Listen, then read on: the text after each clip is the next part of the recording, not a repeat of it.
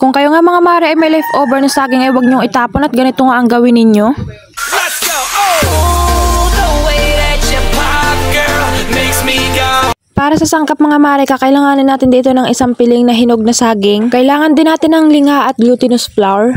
At ngayon nga, sisimulan na nga natin mga mare ang ating cooking serye, kaya tara, let's go. Dito nga mga mare, pinagtatanggal ko lang isa-isa sa balat niya mga mare yung saging bago ko ito niyad-yad. Ang ganda din kasi mga mare ng resulta nito, talagang pinong-pino. At tingnan nyo nga naman ito mga mare ng asawa ko at nakimali-mali pa. Fast forward na nga natin mga mare at iyan na nga mga mare lahat yung saging natin na isang piling. And paalala nga pala mga mare, sa paglagay ng glutinous flour ay utay-utay lang. Yung hindi kulang at hindi sobra, yung sakto lang, yung makakagawa talaga kayo ng dough. Habang ang asawa ko nga mga mare ang nagmamasay, ako naman ito nag-prepare na nga ako ng kakailanganin nating linga. At nang nakita ko nga mga maring okay na at nakagawa na tayo mga mare dito ng dough, asawa ko nga pala mga mare nagpainit ng mantika at haba naman siya nagpapainit, ako naman ito naguhulma na ng ating meriendang lulutuin. At ito na nga mga mare, after natin mahulma ay isasawsaw natin ito dito sa linga. At kung mapapansin nyo nga pala mga mare, wala tayong nilagay na asukal dahil mamaya malalaman ninyo kung ano ang magpapatamis sa ating nilutong merienda. And wag nyo nga pala mga mare papainitin ng sobra yung mantika ninyo kasi mabilis siyang masunog. Do rin ang pinaka magpapasarap dito, tara, kain tayo. It's the little things I miss. Wonder